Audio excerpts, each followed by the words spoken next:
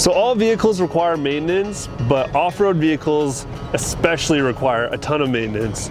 A lot of people think that they buy high-end, expensive parts and they're good to go for forever. And the reality is, the better suspension and other stuff that you have, the harder you're gonna push your truck. The harder you push your truck, the faster you're gonna start wearing parts out and the more maintenance you're gonna need to do. I heard a great quote one time that says, high performance vehicles require high performance maintenance, and it's 100% true. The more you modify your vehicle, the more you're gonna be working on it, especially because you just start pushing your truck way harder. This video is gonna be focused on general maintenance, and it's specific to Tacomas and 4Runners, but realistically it's general enough that it applies to pretty much any vehicle. So anybody should be able to get something out of this video. Hopefully it helps, and let's just get straight into it.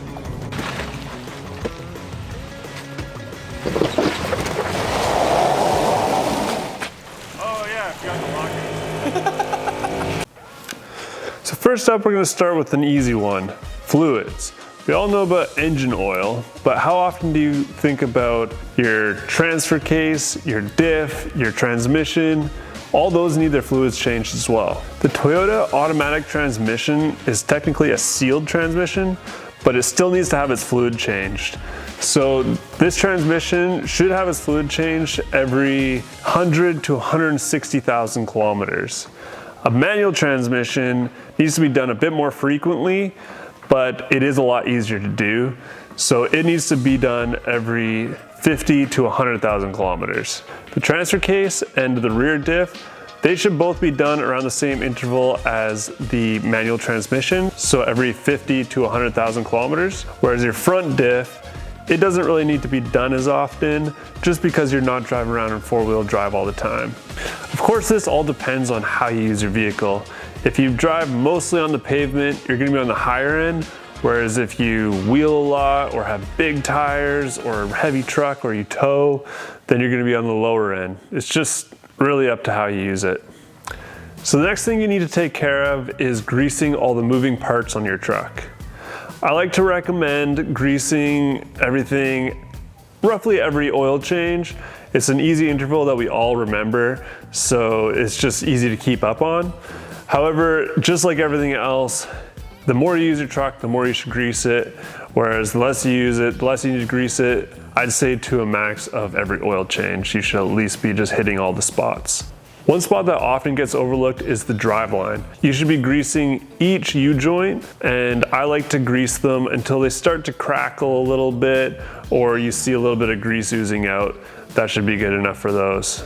So there's gonna be a U-joint at the back of the transmission or transfer case, as well as one at the pinion on the rear diff.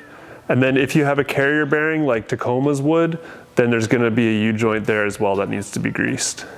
The front drive shaft should also be greased, but it doesn't have to be done as often just because it doesn't actually spin when you're not in four-wheel drive. However, there is gonna be a U-joint at the front of the transfer case and one at the pinion of the front diff. At this point, you're pretty much done if you have a stock truck, but if you've upgraded anything on your truck, then you're probably gonna have a few more. On the front, check your upper control arm ball joint and see if you have a grease nipple there. If you do, then you're gonna wanna grease that.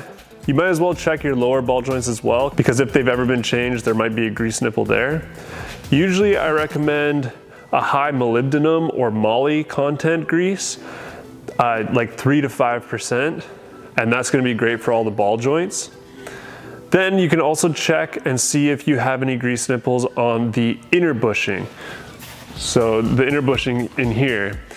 And if you do, then you probably have a poly bushing. And so for poly bushings, whether it's on the upper control arm or your leaf springs or wherever, I always recommend super lube Teflon grease. Some cam bolts, if you've ever replaced your cam bolts, also have grease nipples on them. So you might as well have a look, and if there are, then hit them with some grease. If not, just carry on to the back. On the 4Runner, you might also have some upgraded control arms or a panhard bar in the rear that should also be greased. So on a leaf sprung truck like the Tacoma, then you might have some greasable shackles, or the leaf spring bolts themselves might be greasable. This is where it's really important to know what kind of mods you've done to your truck so you know what kind of maintenance you're going to need to do. Your shocks also need to be maintained. You might have some kind of standard mid-budget or lower budget shocks, and those will just have rubber bushings, whereas a higher end shock will have spherical bearings and will even be rebuildable. For shocks with a rubber bushing, these are usually going to be a lower to mid-range suspension kit. If you start to notice play in the bushing, you definitely want to get that replaced. As soon as there's play, the more play there is, the quicker it's going to wear out. Usually the most common one to go, or the first one to go anyway, is the lower shock bushing. So you definitely want to watch that, and if you notice play, definitely get it replaced. So it's similar for a higher end suspension as well. So suspension like this, you're still gonna be wearing out the front lower pretty commonly. And in fact, they use a bearing and it's actually gonna wear out a little bit quicker than the rubber bushing. The trade-off is that you have a more direct connection to the shock, so better performance, and they're also a lot stronger. So I would guess if you use your truck pretty frequently that you're gonna be going through them every 12 to 18 months, but it really depends on usage. So usually the first sign that your bearings are starting to go is that your truck starts to squeak like crazy. So if you add a little bit of penetrating oil on the bearings there and you work it in and the noise goes away, then you know that that's what the problem is.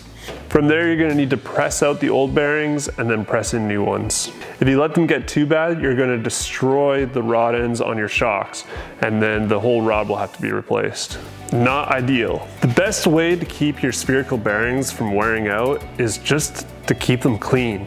After every off-road trip or salty trip, just give them a power wash and keep them clean, and they're gonna last way longer.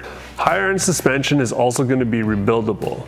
You can rebuild it yourself if you have some special tools, or you can take it to a reputable shop that knows what they're doing when it comes to rebuilding suspension. Basically, it's another one of those things where the more you use it, the more often you're going to have to maintain it.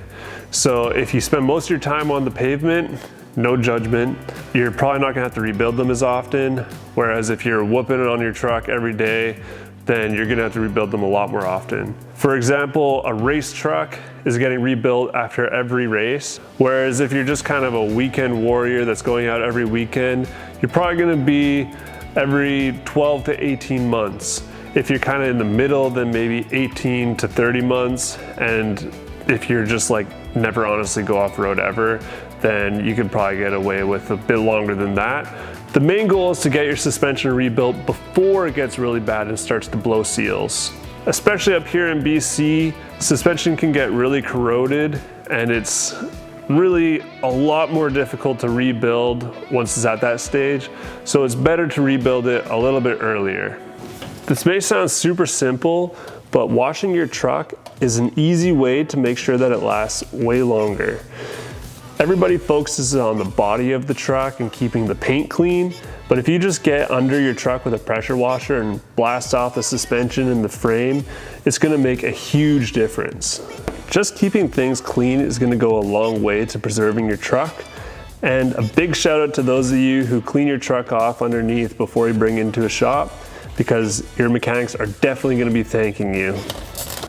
So that's basically it. It's not actually that much work to take care of your truck. It might seem like a lot, but if you just do these few things, like even just greasing your truck and keeping it clean, will go a long way to keeping your truck running mint instead of having crazy squeaks all the time like this thing, or parts breaking or wearing out constantly. Stuff's still gonna wear out because you're using your truck off-road, but with proper maintenance, it'll last longer than it would otherwise. We encourage people to take care of their trucks at home, but if you'd rather us take care of it, we're totally happy to do that for you.